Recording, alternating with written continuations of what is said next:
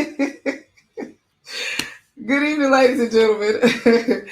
I'm Jamie Wright, and I'm here tonight with Live with Jamie Wright. I hope everyone is having an awesome evening and enjoying this wonderful Wednesday that we're having. On Hump Day, we have an awesome show tonight.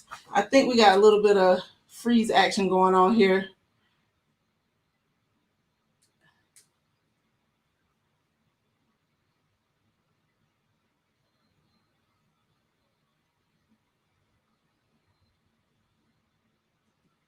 I'm completely froze.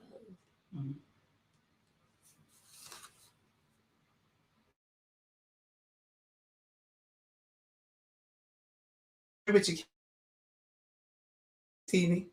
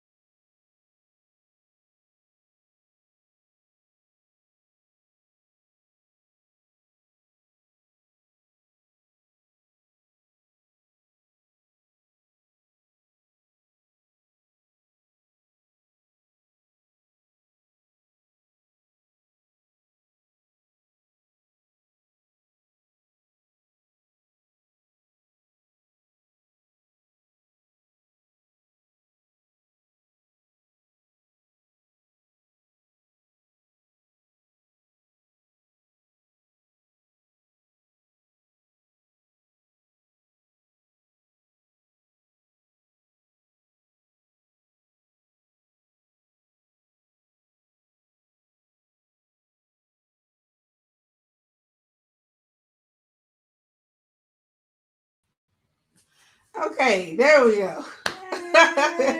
All right, so we got ourselves back situated. Sorry about that, folks. It's just a matter of gadgets and technology. Sometimes it just does what it want to do. So the main thing is that we keep going. So as I said, hello, happy Wednesday. We hope everyone is having an awesome day. First, I'd like to introduce you to my production manager, Kristen Brown. She's here with me today, as usual. And secondly, I'd like to thank all my sponsors, the Krakatoa Coffee, Vurchoo Apparel, Big Ted's House of Drums, Bye Bye Belly, Paw Alkaline Water, Upstate Graphics and Imaging, Custom Creations by Lesley. Before I bring on our special guest today, I'd just like to let you folks know how honored I am to have him on the show. This is a pretty a historical moment for me because he's done some great things in our community and accomplished some things that just the average person could not accomplish based off of his bio and just me getting to know and read about him over the last couple of weeks. So I'm going to go ahead and introduce our special guest, Mr. Chief Tony Taylor. Chief Tony Taylor has over 35 years of law enforcement experience with Greenville County Sheriff's Office in South Carolina. He's a criminal justice academy and currently the chief of police in Williamston, South Carolina. Chief Taylor made history in 2013 by becoming the first African American to head a law enforcement agency in Anderson County, South Carolina. Chief Taylor is a graduate of Greenville Tech with an associate's degree in criminal justice in the School of Police Executive Management and Penn State Justice and Safety Institute. FBI Command College, Franklin-Covey Leadership for the Public Sector, and a graduate of Riley Institute of Diversity Leadership Strategies at Furman University, and a certified fair and impartial policing instructor. Chief Taylor is a member of South Carolina's Chief Association. He is part of the International Association of Chiefs of Police. Chief Taylor is also a recipient of South Carolina's Order of Palmetto. Chief Taylor, Tony Taylor, is a Confederate facilitator and speaker in the area of leadership and management and is also the author of Life Lessons Learned in Leadership. In 2019, Tony was appointed to serve on the Law Enforcement Training Council by Governor McMaster. Viewers, please help me welcome Chief Tony Taylor to the show with plenty of hearts and plenty of lights. Hello. Hello. Hello How there. are you, how are you doing today? Doing great. Looking forward Awesome. to this meeting. Sorry about our. We had a little glitch there for a second. I was like, wait a minute, what is going on here? Acknowledge. Unfortunately, fortunately, we got it back on track, so it looks like we're gonna be all right for the rest of the evening. All right. Thank you so much for joining us tonight. I really appreciate it. I said the first thing I wanted to do was tell the story how I met you, but I didn't meet you actually. It was kind of funny because somebody else was like, hey, there's Chief Tony Taylor. He can come do the show. We were both like, okay. Who will actually be on the show next week? The gentleman that did that. His wife will be here next week. So I'm excited about having them also. That's the great thing about meeting people and networking. Sometimes everybody knows someone that might be able to help you with something that you're doing. So I'm so thankful that you, not technically knowing me, came and did the show with me today. So we're going to go ahead and get right into things. I have quite a few questions for you. I've also, I did ask some friends of mine. My friends, unfortunately, asked me questions. They're like, hey, ask this question next week. So I have a lot of questions for you. So we're going to go ahead and get right into things. Okay. All right. So a very common question you probably ask is, what made you decide to become an officer of the law? Well, I've been doing this all my life. One of the things that happened to me is I started out in 1981 as I was going to Greenville Tech. I always wanted to help people. And I started out in 1981, believe it or not, right here in Wilmston. And they had a little 2-room building, a little police department. I was a dispatcher, third shift dispatcher. Back then it wasn't 911. They would call a regular number.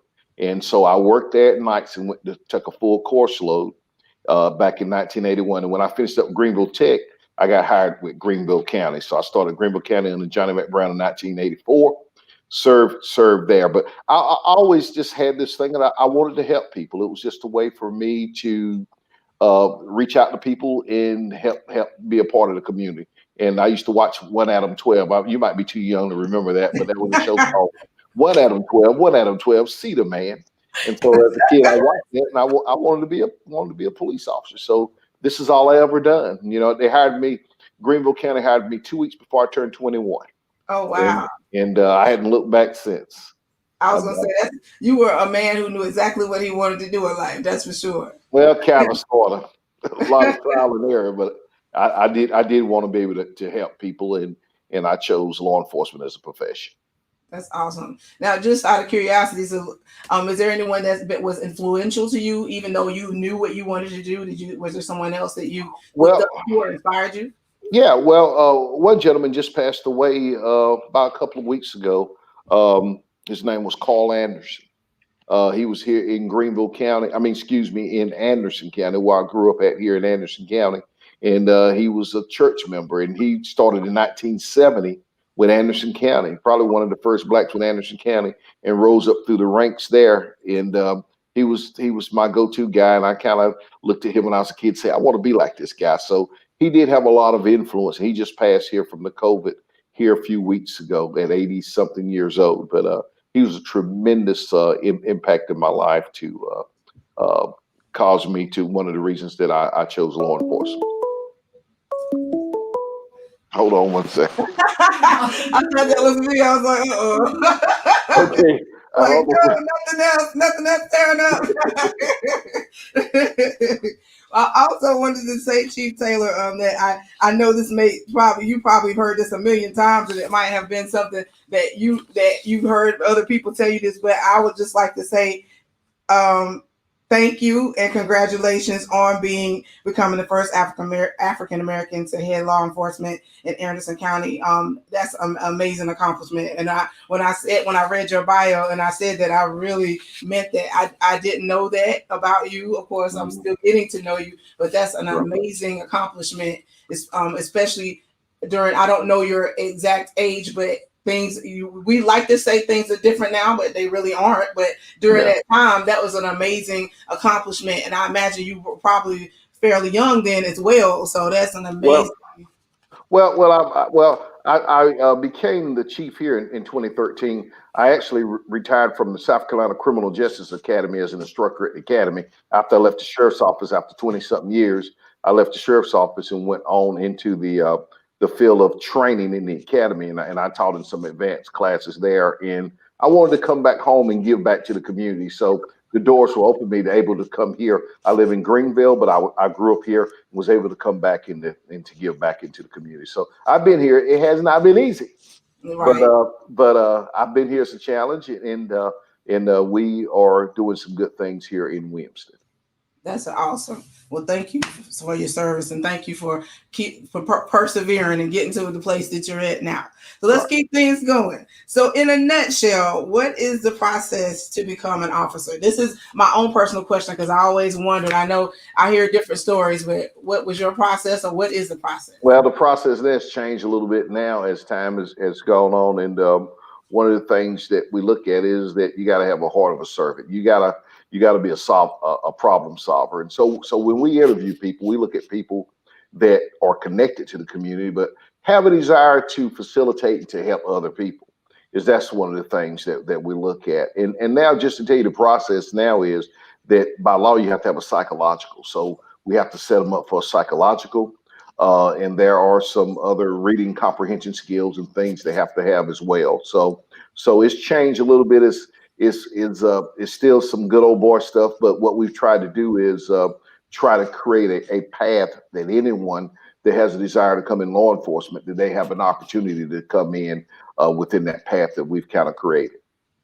Oh, that's great to hear. That was gonna lead me to this next question. Is there, would you say, so with that being said, I assume there's no necessarily, is there an age limit, or is it just kind of 21 years old? You got to start at 21 years of age. And okay. These are some of the things that we've been talking about from an African-American perspective to get more minorities involved within the law enforcement arena. We've had some discussion on really going out to a lot of these colleges and those kind of things and kind of pre-qualifying people, because one of the things that will get us is not just your credit. You know, a lot of places do your credit background, they do a polygraph and those kind of things. So some of the things that we've been talking about is taking these college students maybe in their sophomore year and actually processing them, taking them through the process where they'll be prepared. And I tell guys, you know, I know marijuana is popular and all this kind of stuff, but we really need to watch our drug use and those kind of things. I prefer you don't do those kind of things,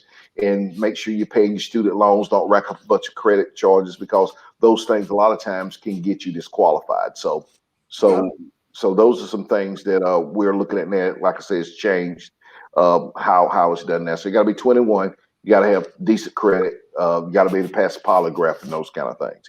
In most cases.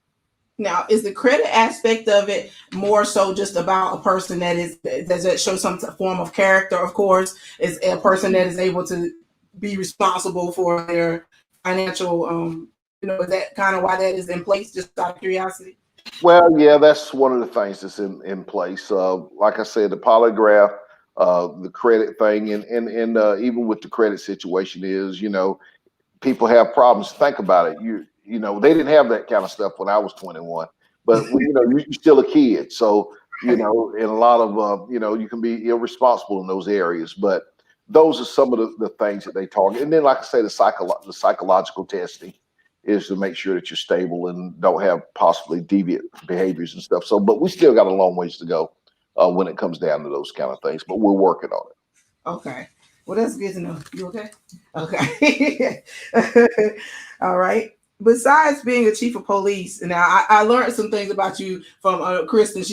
Kristen, my I keep on production manager. I'll keep on saying stage manager. We act like we on Broadway over here, but I stay a production manager. She told me that some things that you have done for the community. But I would just love to hear you tell us a little bit more about some of the things that you're doing to support the community. Of course, besides already being an officer of the law. Some things that you're doing, fundraising, donations, or any type of drives that you've been part of? Well, this is one of the things that here, when we came here, I brought a philosophy called community policing philosophy. The community policing philosophy says that you and the community are one. So it's not community versus police, police versus community.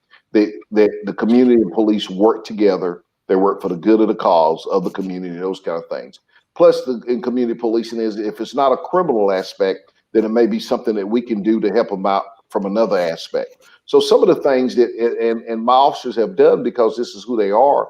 I've had officers that go in reference to get a call, and they'll go check on an elderly person. Maybe they don't have a bed, have a cot or something like that. I've had officers pool their money together to buy a bed for somebody, to buy groceries for people. Have paid money for shoplifters because they didn't have any food. There's all kind of things that these officers do on a consistent basis.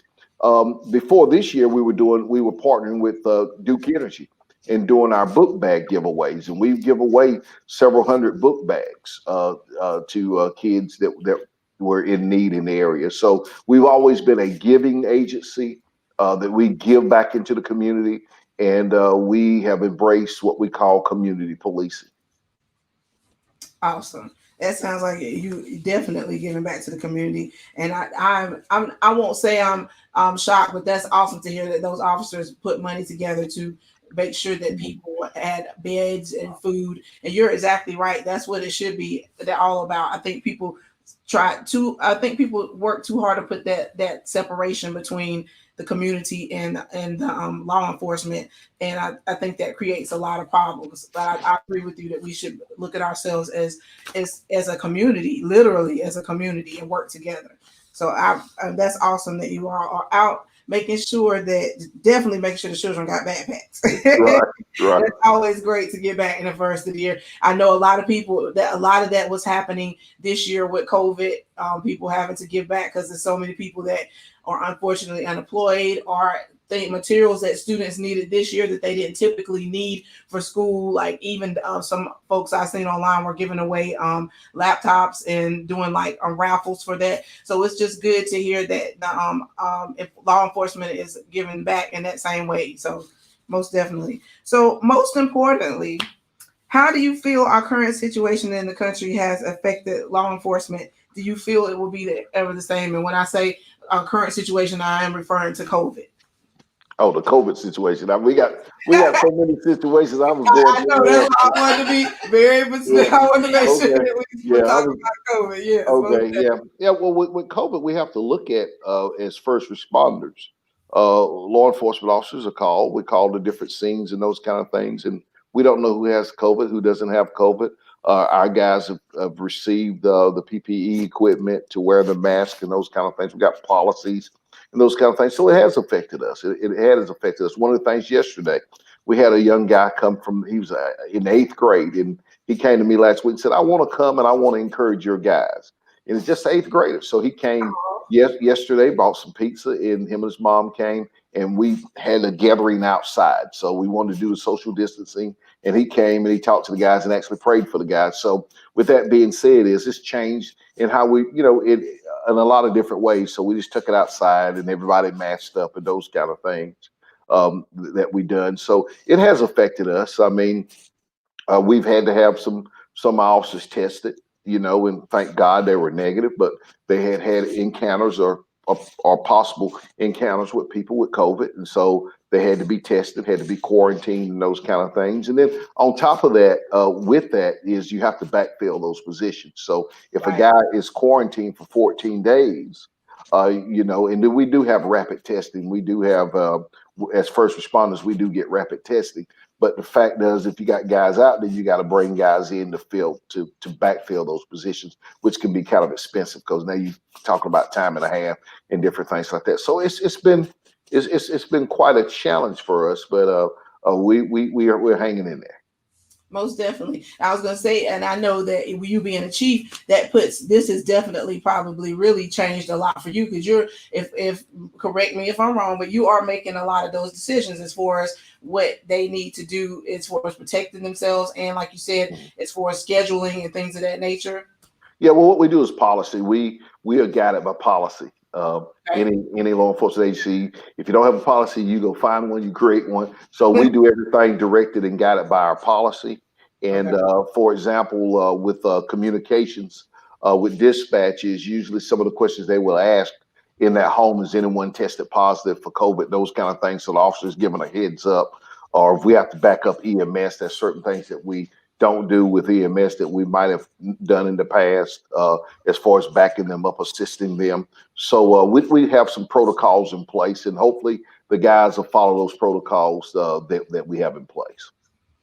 Did you also, did you all have to do any type of and I know you're saying there's protocol, but I don't know about law enforcement, but I was definitely not prepared for COVID. It wasn't like I was sitting around like this is the big one coming, you know. So was there any type of training that you all when this happened? Was there any type of training that you had? I know you all are first responders and you're used to, I'm sure, having to protect yourself from a lot of different scenarios because you know you never know what somebody has been taking or what they have been exposed to outside of COVID. But was there any specific training that had to take place when this first happened? No, basically what we did was we looked at policy. We looked at what policies was out there and how we could implement those policies. And as a police officer, you have to adapt. So it wasn't a lot of necessary training, but it was, hey, we have these masks. You need to wear these masks.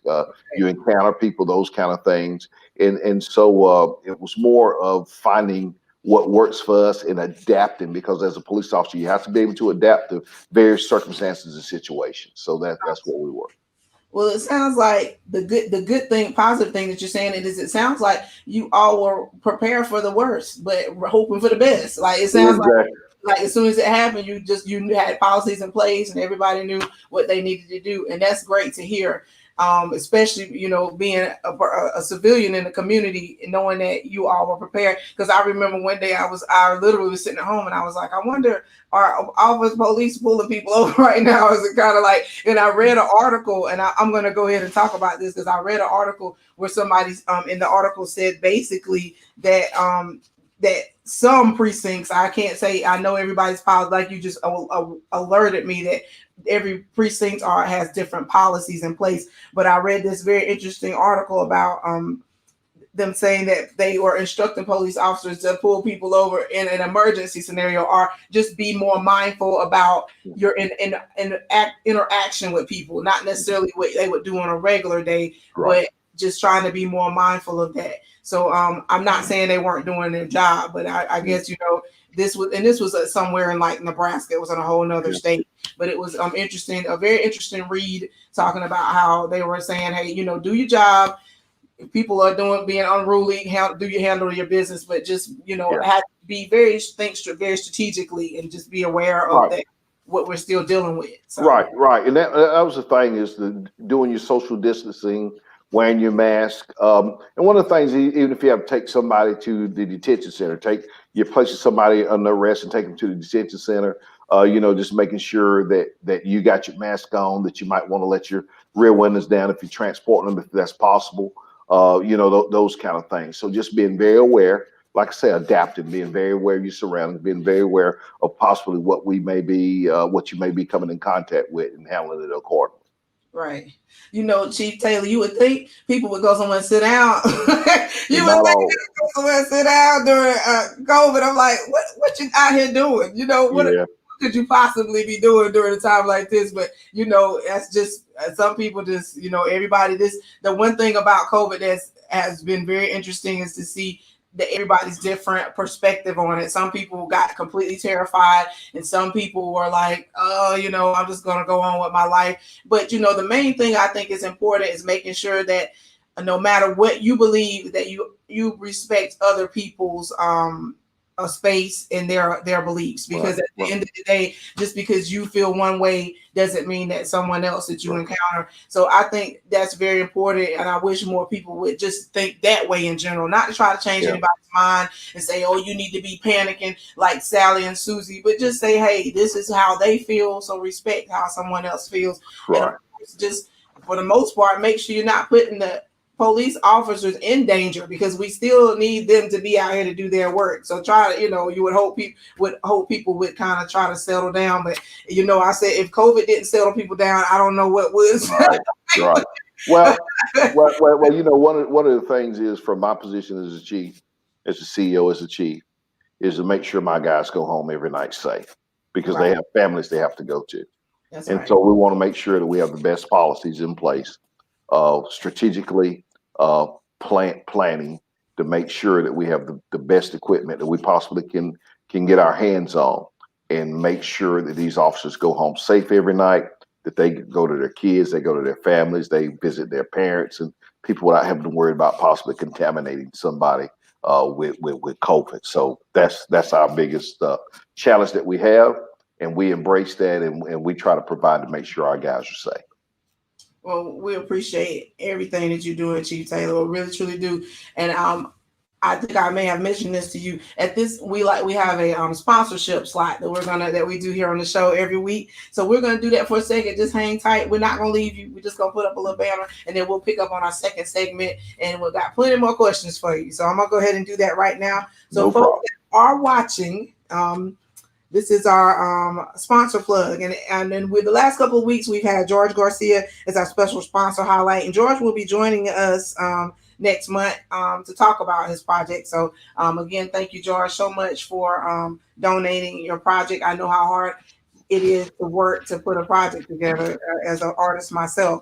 So I'm going to tell you guys a little bit about George and his project. So guitarist George Garcia brings all the richness and melodic soul of Latin rhythms from his birthplace of Cuba. Garcia is intensely passionate for his instrument, and it is immediately visible and colorful, audible through his unique original compositions, impeccable solos, and supportive rhythmic guitar. George Garcia has performed across the globe with renowned and impressive talents of Tony Bennett, Richie Cole, Patty Page, Andrea Bocelli, The Drifters, Enrique Iglesias, and Garcia's new recording will hit the airwaves not only in the USA, but globally in 2020. The jazz fusion arrangements are gaining steam that will carry its unique sound across borders to countries including Canada, South America, Europe, Japan, and many more starting in April 2020. If you'd like to know more about George Garcia, please visit georgegarcia.com or contact his management, Stephanie Snipes, at 864-991-1833 or 954-793-7557. And I actually just did a recording with George just right before we came on to the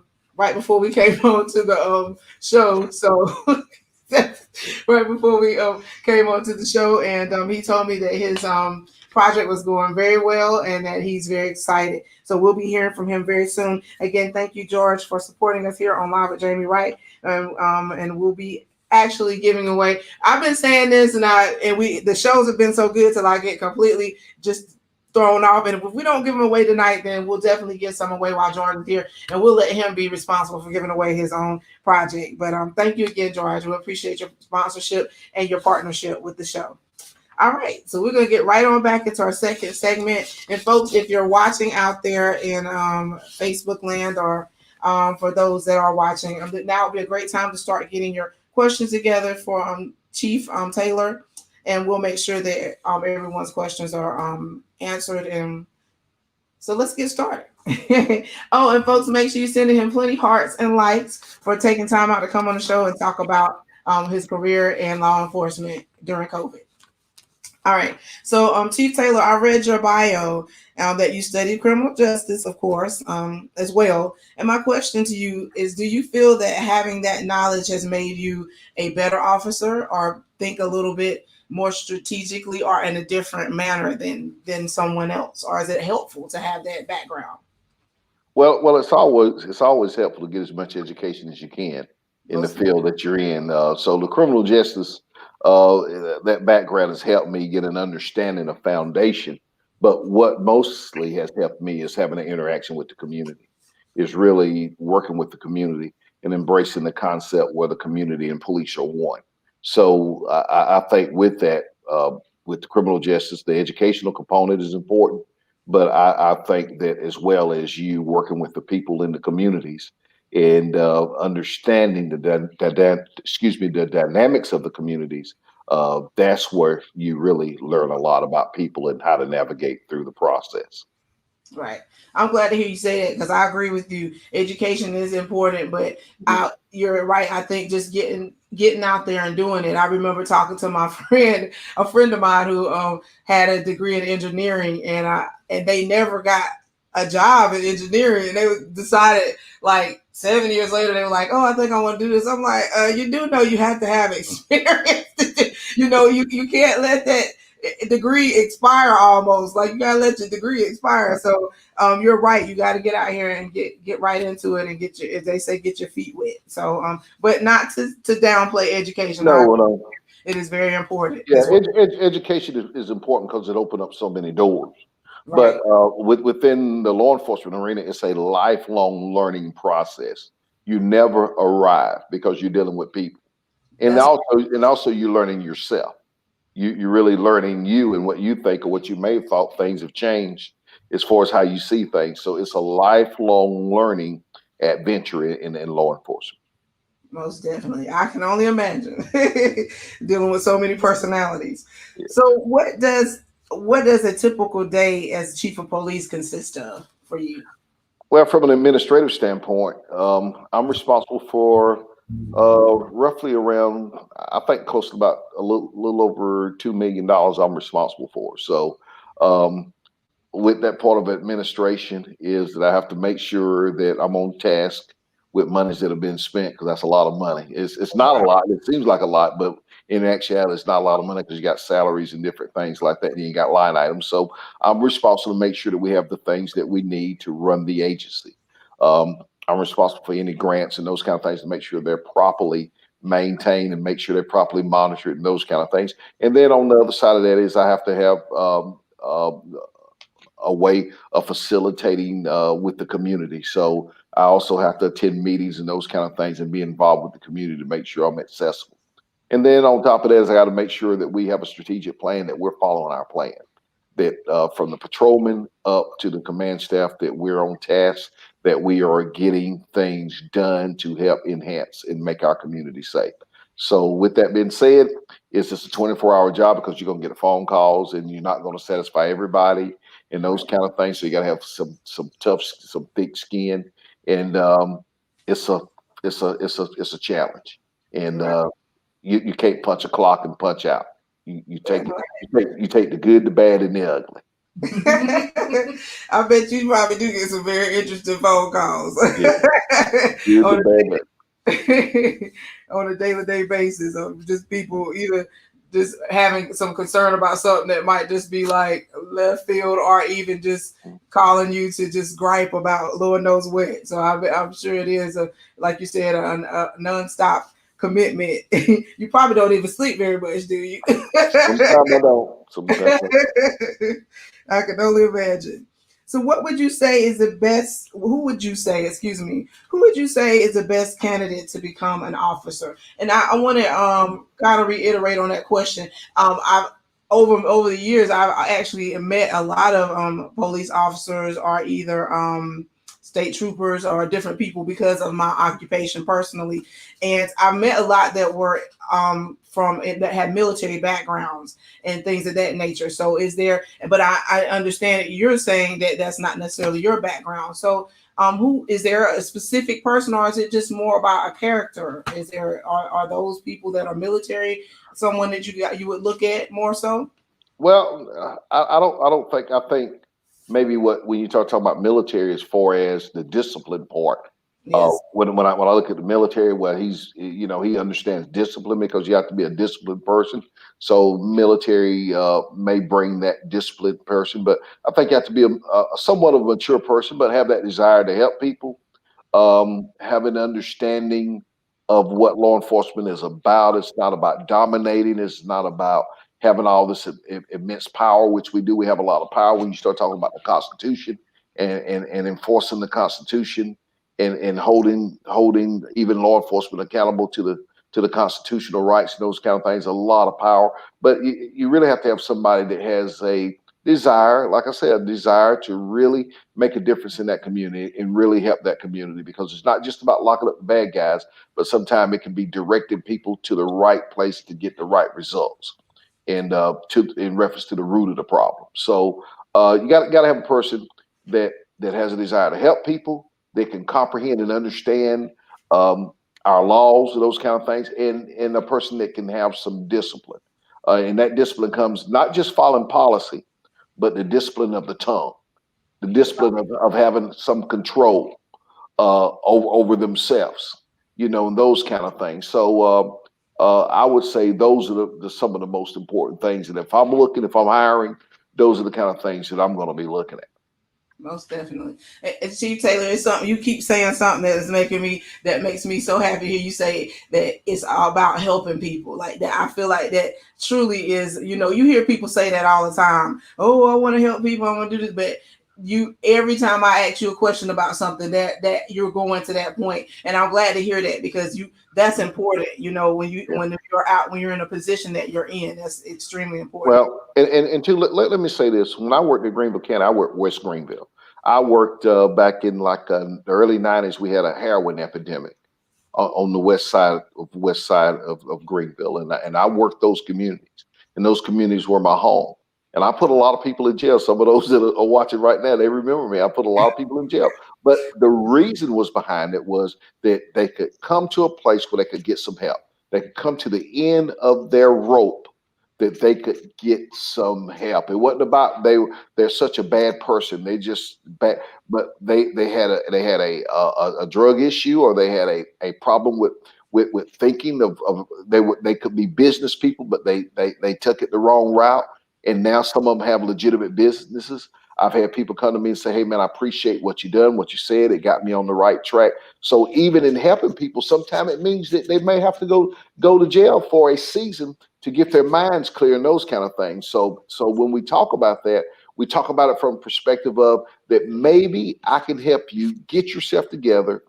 And yeah, I'm gonna arrest you and I'm gonna take you in. It's something that you were doing was unlawful, but that is not the end. And my philosophy is this: is that I don't care who it is. It's somebody's child. That's Or right. it's somebody's mother, somebody's brother, somebody's sister. I don't care who it is. You treat people with dignity because they're human and they belong to someone, or they have kids or something like that. So that was how I dealt with it. It's not that you just don't want to pat everybody on the back, straight, you're gonna be all right. But no, there were a lot of people that went to jail, and I didn't mind putting them in jail. But the fact was that I felt that maybe they could get their mind just clear enough and take advantage of maybe some of the services that were offered to them to help them get on the right track. Yeah, you mentioned that now, just to piggyback off of that, and this is something that I had no clue about this, and that shows I need to learn a little bit more, educate myself even more. But when you say services, and you mentioned the '90s, the epidemic, heroin epidemic, what are some of the services that are available to someone who has been, that maybe drug use, that is incarcerated? What are some of those services? Well, there's different services out there that help people. You got the women's shelters. You got the I think it's Home for the Hope Home for Hope, or something like that for men. There's a lot of the rescue missions. There's a lot of different services out there. But on my end was that once we put you in the system, then you have an opportunity, hopefully, to begin to get in the system and understand that there's some assistance and take advantage of those things. So that was my thing of kind of getting you in that system, and maybe you at the end of your rope, and then when somebody throws out a lifeline, then hopefully you're going to take that lifeline. That's right. And y'all, if you're watching, you heard it here. It is not people. They're not just locking people up just to be locking folks up. That's good to hear that. And I know you're connect. Of course, you're an officer of the law, so I know you're connected with different services here in the community to help people. But you're exactly right. Some people don't know how to get. They feel like there's no hope, and if they're in that place, they don't know who to talk to or how to get in that place. So that is whether we realize it or not, that is definitely a way of helping somebody, for sure. I mean, because I can't sit here and say I haven't had people that are close to me that I wanted to help, but I didn't even know how to help them. You know what I mean? And I have seen it with my own two eyes, where people and in my own family have gone to jail and came out of jail, and they were another person. That time in jail helped them, because if they, my grandfather used to always say, if somebody don't do something or lock him up, he gonna kill himself. He used to say that all the time. So everybody that gets locked up is not, sometimes you're right. It's almost like a rescue for some people. Because if they keep going down the road, they're going to go down. They're just going, they're going to end up dead. I hate to say it, but it's the truth. Right. Well, one of the things is we look at what we call evidence-based policing. Evidence-based policing tells us that they look at the evidence of people that's been arrested, and they try to find out evidentially what works. For example, if you have a problem with prostitutes, one of the old ways of doing things is you would stick undercovers out, and they would bust the prostitute. Well, she go pay a fine and get out.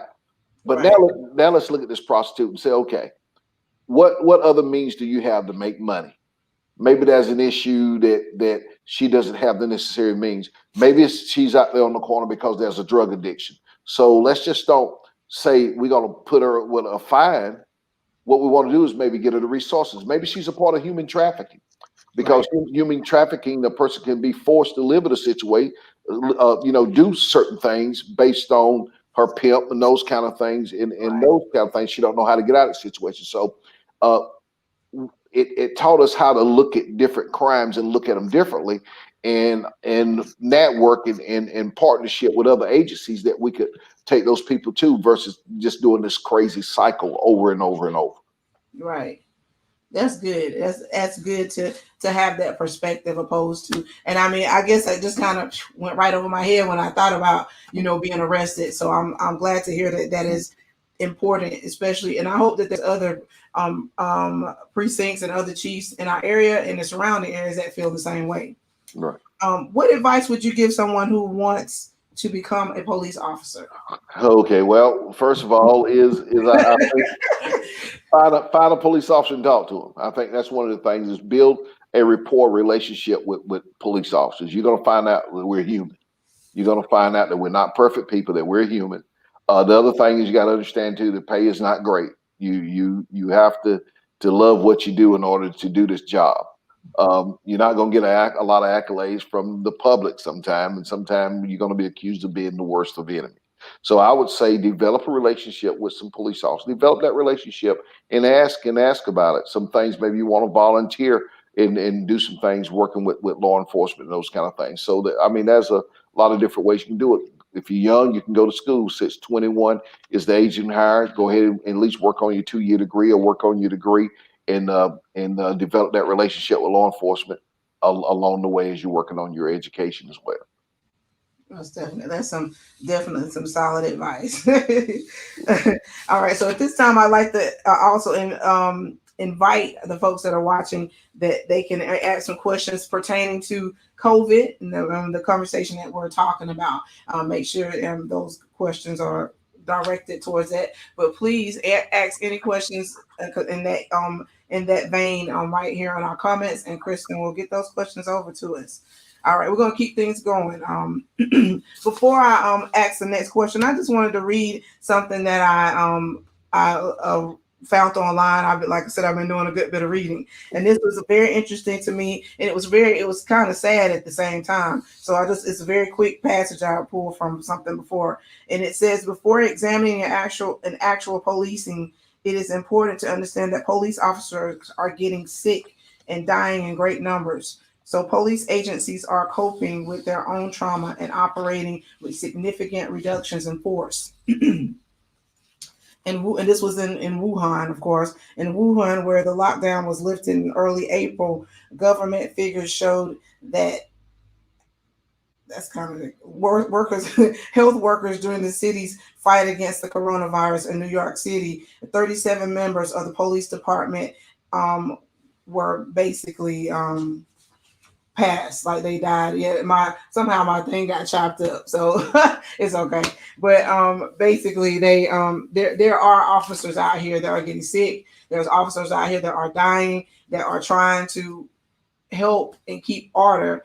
And one other thing that I found interesting, something else that I read, was also that they mentioned that some officers were having to stay in hotels away from their family because they were concerned about going home and, of course, getting their children sick, especially in New York City when this first just was like, boom, really hit a lot. And some police officers hadn't seen their family from starting in March I mean, for months, they hadn't been able to go home and see their family. So I wanted to read that. And I also just wanted to say to anyone that is watching or anyone that watches this in the future, just keep that in mind. I know there's so much, the climate that we're in right now, people are angry and they feel certain types of ways, but officers are out here putting their lives in danger as well. And they're literally having to be separated from their families, just like some people that are working jobs that are considered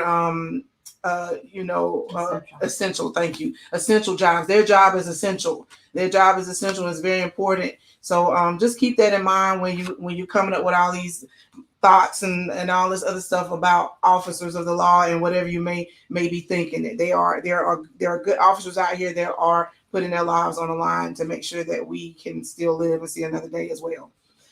So I want to keep things going and just say, how does one social distance as an officer? I was like, I don't think that's possible, but I just thought I'd ask that question because. Well, anytime we're engaging, one of the things that when we engage and when we go on a call and we engage people, we do practice social distancing. When you're effecting arrest, you definitely have to be masked up, make sure that you got your gloves and appropriate and that kind of thing when it affect arrest. So we're not shying away from making arrests. We'll make an arrest when we need to make an arrest. But let me get back to officers' deaths. As you talking about officer deaths, we have had in South Carolina, we've had a few officers actually lose their life here in South Carolina from COVID. Matter of fact, I was talking with a chief, a very good friend of mine. He tested positive for it, but he's doing well. I did talk to him the other day. He's doing well, but we've had the Department of Corrections has lost officers, and we on the law enforcement on the street side, we've also lost some officers as well with COVID here in South Carolina. So, like I said, we try to be cautious in those kind of things, and we do practice social distancing. And that's just one of those things that, like I say, our guys have to adapt to when we get out on these calls and that kind of thing, and be very aware of it. We have to be masked up and those kind of things.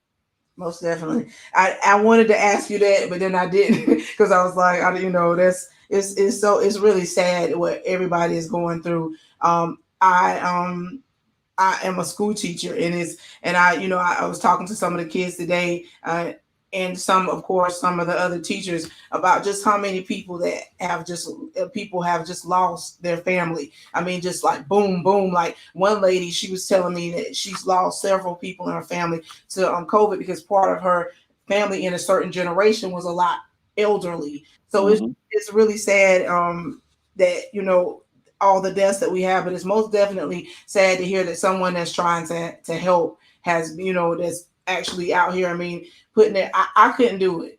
I really couldn't. Like, it was hard enough for me to go to Walmart. I was like, I'm not even going to, for the first months, I was like, I didn't go anywhere. I'm telling you, I probably didn't put gas in my car, but like twice, for like 3 months. I was like, so I couldn't do it. So I'm sincerely mean when I say that I really am thankful for everything that you're doing and everybody that you're over, and the people in the officers in this area and surrounding and all over the world, because I just couldn't do it. I really couldn't. And we're just talking about this situation. We're not talking about AIDS and all the other things that police officers and the correctional officers and just, that's just, I'm sure the list is as long as from here to next year of the things that you're experiencing or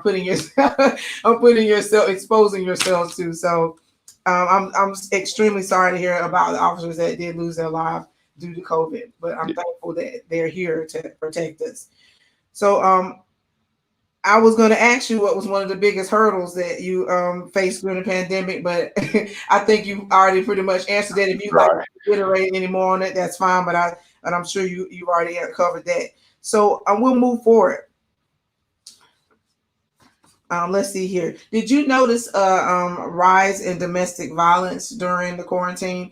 I asked that because I know as a teacher, we were concerned about some students, and people reported that there were students that they hadn't seen on their e-learning in a while that may have been in a questionable situation. So is that something that you saw? Because some people aren't used to being at home in that situation like that. So.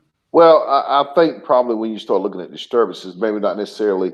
We've had our share of domestic violence domestic violence, but anytime you get people cooped up in the house together for an extended period of time, you're going to have issues. So I would say that, and you're going to have people with tempers because they can't go anywhere. They're in the house. People you're not normally seeing these people all the time in your house. And also I would say we probably have had our fair share of domestics or disturbances within our community because you have more people at home than you would have them normally at home, in those kind of situations. Most definitely. Um, let's see here. Yeah, I'm sorry, I got my papers got all mixed up here for some reason. All right, let's go back here. So, Officer Taylor, excuse me, Chief Taylor, what is your hope for the future once this pandemic becomes more manageable? What Well, I think one of the things is I hope that, I don't know if we ever get to what we call maybe what we have as the new normal now. right? But we have to move forward. We have to continue to do our job. I hope that we can go back, and always there's some lessons that we learn from this, whether it's uh, from the governmental agencies or whatever. But hopefully there's some things we can go back and we can recap to make sure that we do a better job. So I look at that. Some of this I see as the new normal. I don't know if we ever get back to what we call normal as we had, but we have to press forward, and we have to continue to enforce the laws and make these streets safe because criminals don't care about COVID. They're going to commit crimes and they're going to do their thing. We have to be prepared. That's right. It is like you said, it is very unfortunate, but that is very true. Um, what does the future hold for you um, in law enforcement? Is there anything else that you plan to achieve? I know you Well, quite a bit. Well, well, one of the things is I teach leadership, and so I'm going to be working and continue working out. Like I said, I wrote a book of life lessons learned in leadership, and the COVID's kind of stopped me from promoting that. But I want to teach leadership in corporate. I think it's much needed, and that's one of my desires to be able to do that is be able to reach out and let's talk about what real leadership is, what it looks like, and some of the do's and don't, and how we can make this world that we live in a better place. Most definitely. That's awesome. Now I know we talked about ah, let's see here. I'm sorry, excuse me. Some for some reason the printer just chopped up all of my Mhm. questions, and I'm trying to find my spot back here to make sure that I didn't get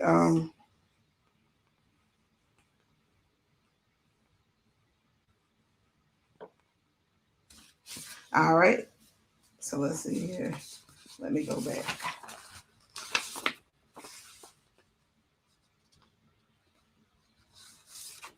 Oh, this is one question that I wanted to ask you. Mhm. Excuse me.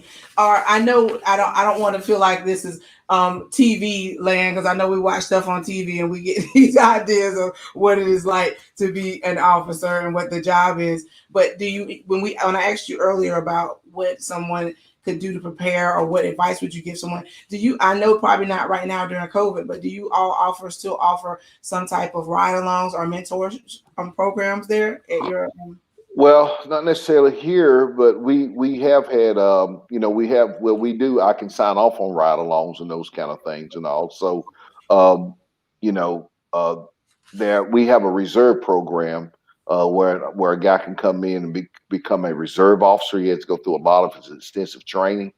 Mhm. We do have that, but right now we're on freeze and any type of thing dealing with people right now. So, but we do have opportunities, and then plus one of the things that we've done in the past is we call um, our Citizens Academy is where we bring people in and we go through what we do and all those kind of things. And, what does it mean to work a crime scene? Why do we do the things that we do and different things like that? So it covers every department, every unit or every aspect of law enforcement at Citizens Academy. So we may have to go to Zoom and do one or something like that. But we're on hold. We've been on hold now. A lot of the community engagement, we're just not doing it this time.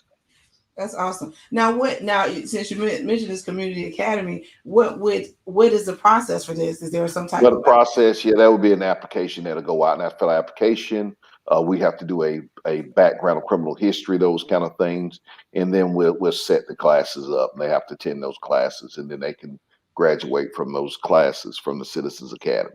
And sometime what we were doing was doing a 1 day where we just went over and even talked about how the budget works, how everything works, and those kind of things to give people some understanding of what we really do. So it's been good, but like I said, unfortunately, with the COVID, we've kind of placed a lot of stuff on hold.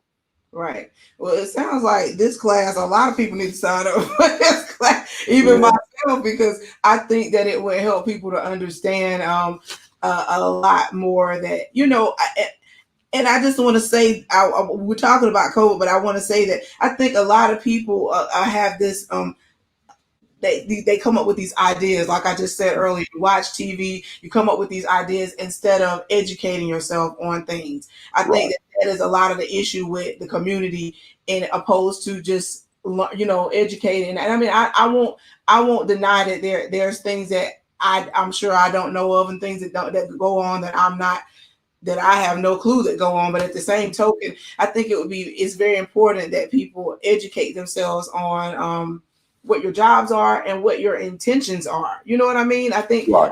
more people had an understanding of that, than a lot of the back and forth, or the anger, or whatever it is that they feel it would make a little bit more sense. Because I mean, we I know there's bad apples everywhere, and everything that is done, but at the same token, you can't put everybody in the same basket. You Yeah, can't put right. everybody in the same you can't think of everybody in the same way. I mean, it doesn't matter what the field is, or what your career is. I mean, even in my career, I mean, I'm definitely not a online host. That wasn't what I set out to do, but that is something that I have picked up doing during COVID. But as in my line of entertainment, everybody can't be put in the same basket. So I think that would be very helpful. I'm interested in it. So I hope if you do a Zoom class, I want to sign up for it. I would I like mean, yeah, be interested in doing an application, yeah, learning more, because I think yeah, that that'll be good. Yeah, and one of the things is what I found out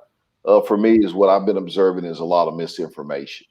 Because a lot of time there's a lot of misinformation. So that's one of the things that we try to deal with is the misinformation and understanding your constitutional rights. And when an officer needs to read your rights, and when an officer does not need to read you your rights.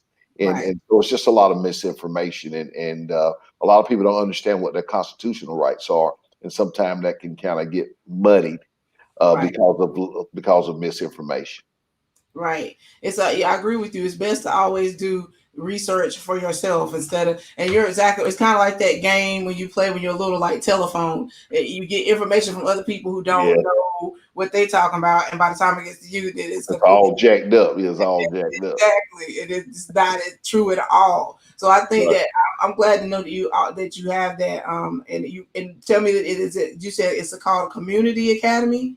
Well, a Citizens Academy, but that's something we can talk about. We may even want to do a Zoom with the way things are now. We may want to do a Zoom Citizens Academy. So Right. those are things that we're open to. We're open to helping and reaching out to the community and making sure that they understand what we can do, what we cannot do, and just really understanding constitutionally where our job and what we're there to do. Right. I think that's. I mean, again, I think that's a great idea, because you're right with the climate that we're in now. I think to understand, and it's so many things that you've even said to me today that I was unaware of. You again, I'm the person that watches movies, and it's like, oh, well, they did this, or they did that, or you have this one uncle in your family that's done in the jail a gazillion times, that think that makes them become a bona fide lawyer now because they done went to jail a Yeah. couple of times. So now they think they know everything about law enforcement. Right. So, and that happens. So I think it's very important to educate yourself and learn more. So if I don't take anything else from this interview, I would definitely take that away and make sure that I continue to educate myself and learn more about law enforcement and just the law here and the law in my area, because I do know that from one state to state things are different. Things do change. So you definitely want to just learn. I mean, even not down to me. One day I was traveling to Atlanta, and I got a super speeders ticket. I know you know what that is. And I was like, well, I paid the ticket. I paid the regular ticket, and I thought I had paid the ticket, and come to find out it was a super. That ticket was like quadruple the amount that it was. I was like, what is a super speeders ticket? Either it's a ticket or it's not a ticket. And they were like, no, we have rules here that that if you're going this amount, and you can imagine if I got a super speeders ticket, I was You going moving. the sound barrier trying to get You were moving. way too much moving, and I was in a rental car. So I probably shouldn't have been driving that fast, period. Right. But just that taught me a valuable lesson about you should definitely learn about law and around your surrounding area. If you're traveling from a state next, I mean, Atlanta's right a hop, skip, and a jump away from us, but we don't have super speeder tickets here. You know that. Right. So I was like, what is this ticket? You know, and they kept calling me, sending me letters in the mail, and I was like, I paid y'all already. You know, they were like, no, we have something called super speeder ticket, and you was speeding big time. So, so even something that simple, I think it's important to learn and know your rights, but also just be understand that you all are just doing your job as well. Right. So. Right. So we're getting right down to the end of our segment. So I wanted to ask you at this time, is there anything that you would just like to say to our viewers moving forward that you think that would open their minds a little bit more, or anything that you think would be helpful to leave and helpful information to leave them? Well, I'm gonna plug my book if you don't mind, but most definitely. It's called Life Lessons Learned in Leadership. You go on Amazon, Tony Taylor. Life Lessons Learned in Leadership. You can get this on Amazon, so you call it. Get this baby. Your life will never be the same. So anyway, I just wanted to mention that. That's my first one. So I'm working on another one. So what? I'll have to ask you quickly. Now we got a few minutes. I don't know. That just kind of went over my head to even ask you. Now, what made you decide to write this book? Well, I just always wanted to help people. So this is just an avenue to help people, help them to become better leaders. So when you have a desire to help, you just use what you know and put it together, and you create something that can help other people. So this is a neat book, and it challenges you in your leadership abilities. It will challenge you. It's a self introspective book that will ask you questions. So it's a good little deal, and they can go to Amazon and get it. It's really not expensive, but I tell you, it'll help them out, and it'll cause them to challenge them to hopefully become better at leading. So that's awesome. Now, do you use your book in your own, or have you used it as a tool? Yeah, I use it as a tool. I teach law enforcement all over, and I'll be doing a chief school next week, and I'll be using that book to do some teaching at our chief school that we have next week here in South Carolina. So I'm excited about that. Looking forward to that. That's awesome. That's great. And Chief Taylor, you are definitely extremely accomplished individual. That's great. Now, I don't know what I would write a book about, but I have been considering it. I'll probably just write I don't know what I would write about. You can write one. And then I'm like, I don't know the process that I will go through, but it would definitely be about music for sure. Well, I'm going to go on Amazon and make sure I pick your book up, because I think that I want to purchase the book and to support you, but also I think that everybody can learn to be better leaders. I think that's a great book to have, because you're a lot of times you're in leadership positions and you don't even realize that you don't have to be over a bunch of people, but that position can control the environment that you're in and make a big difference. So I definitely would like to read it and read your book and become a better leader, most definitely. Because I mean, sometimes I can get a little everybody can make their own decisions, or sometimes not even think about other people's positions. And that, I often have to stop myself and say, Jamie, you got to think about what somebody else is going through, or put yourself in their shoes a lot of times, because I'm quick to just say, well, I would do this or I would do that. And I don't think that's a good quality of a leader. And that's something I need to work on. And let's see, did we have a question? I have one. Okay. from the audience, does the book apply to pastors in leadership? Everybody, yeah. This book applies to everybody. It can apply to pastor. Anybody can deal with this. I got a chapter talking about the invasion of yes men, the no more drama, respect is earned, words matter, refocus, power to the people. In other words, are we there yet? It talks about running on it like you're running on a treadmill and you're trying to get all this busy work done and you never, and you're saying, are you there yet? Well, if maybe they don't understand the plan, maybe they don't understand the strategic plan, maybe they just don't understand the vision. So it's got a lot of little different catchy little titles to it, and it will help anybody and everybody if they take it and read it, because it is asking you some serious questions about yourself, about your leadership ability. Most definitely. And Kristen has another question. My question, the Order of the Palmetto is a very prestigious award in South Carolina.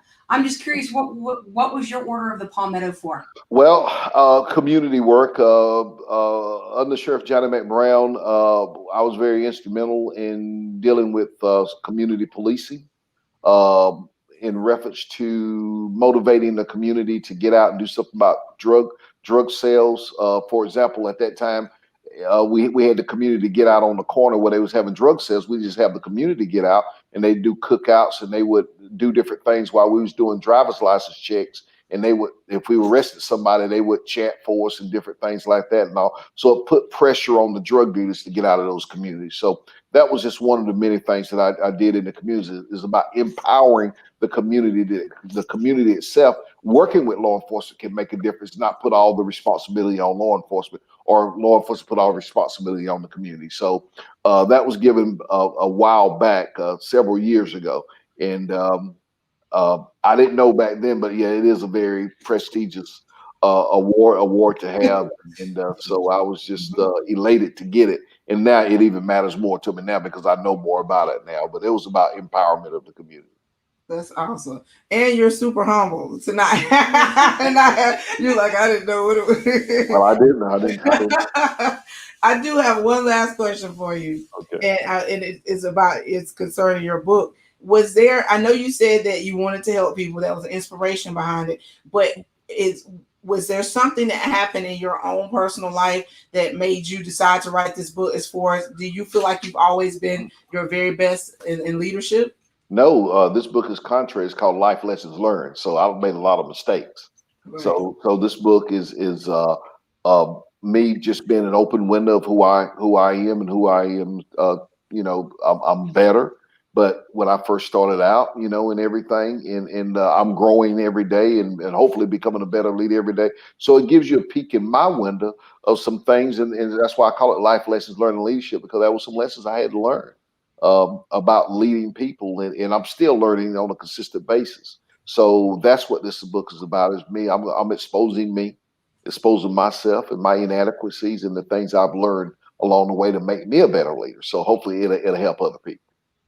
Most definitely. Well, you're doing a lot to help the community, and not only writing a book to help the community, but you're also giving back in a major way, and in all the different charities and things that you mentioned earlier, and just the programs that you're trying to help. And when people are being arrested, or people come to you and ask for help, and making sure that they have resources to help get themselves on track.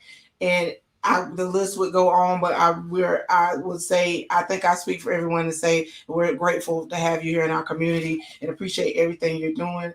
And hopefully I'll be seeing you maybe at halls in the future. I know in passing or out and about outside of work or working. And I assume you like live music, right? I like live music, and we're gonna have to do it. I can sing. So really? We're gonna have to work on that. I want to come sing with you. Don't start that, because Chief Taylor, I had you over there singing. So not on Sunday morning. I can do it a little bit. I just gotta know when you're gonna be there. We'll be there. So all right. Well, I'm there every single Sunday. I'm there from 11 to 2. Gotcha. So you come when you ready. You let me know. You have my information. You let me know. That would be awesome. That would be fun, but most definitely. Okay. And before we conclude, I would like, do you mind putting your book up one more time and telling us where we can find your book at again? Amazon, Life Lessons Learned in Leadership. They can go to Amazon, Tony C. Taylor. They can go on to Amazon.com and order it. Life Lessons Learned in Leadership. Most definitely. Thank you so much, Al. I'm honest. I'm serious when I say I'm gonna go online, and I'm going right on because I have some other books I was gonna buy anyway because I've been reading a little bit more here in the last couple months. So I'll add that to my list and make sure I purchase a book on Amazon. Thank you again, Chief Taylor, for joining us today. We really appreciate you taking out time out of your extremely busy schedule because I know you stay busy. Well, thank you, and I want to say thank you for having me. This has been a very pleasant experience for me tonight, and thank you for allowing me to come on and share with you tonight. Most definitely. Thank you for coming on and joining us. We appreciate it. It means a lot. It really does. I was super excited to have you on the show. So let me rummage through my paper here because I got to tell everybody, thank you for tuning in. We appreciate you all for tuning in to Live with Jamie Wright. We also want to I also wanted to tell you this too, Chief Taylor, that Kristen, I did not say this earlier, but Kristen makes masks for the community, and she's making masks for some of the college students and several other people. If you need any mask or anything, I know you guys have everything you need, but if anybody just needs masks and they're just when they're out and about, please email me and let me know. And Kristen is in the same email and she will respond back if you need anything, any type of mask, because she's making those for the community to help out. She's been doing it the whole entire time making masks. She's been giving me masks to give my band so we can protect ourselves. So exactly. I want to make sure I let you know that she has those available. And also, let's go over our sponsorships quickly.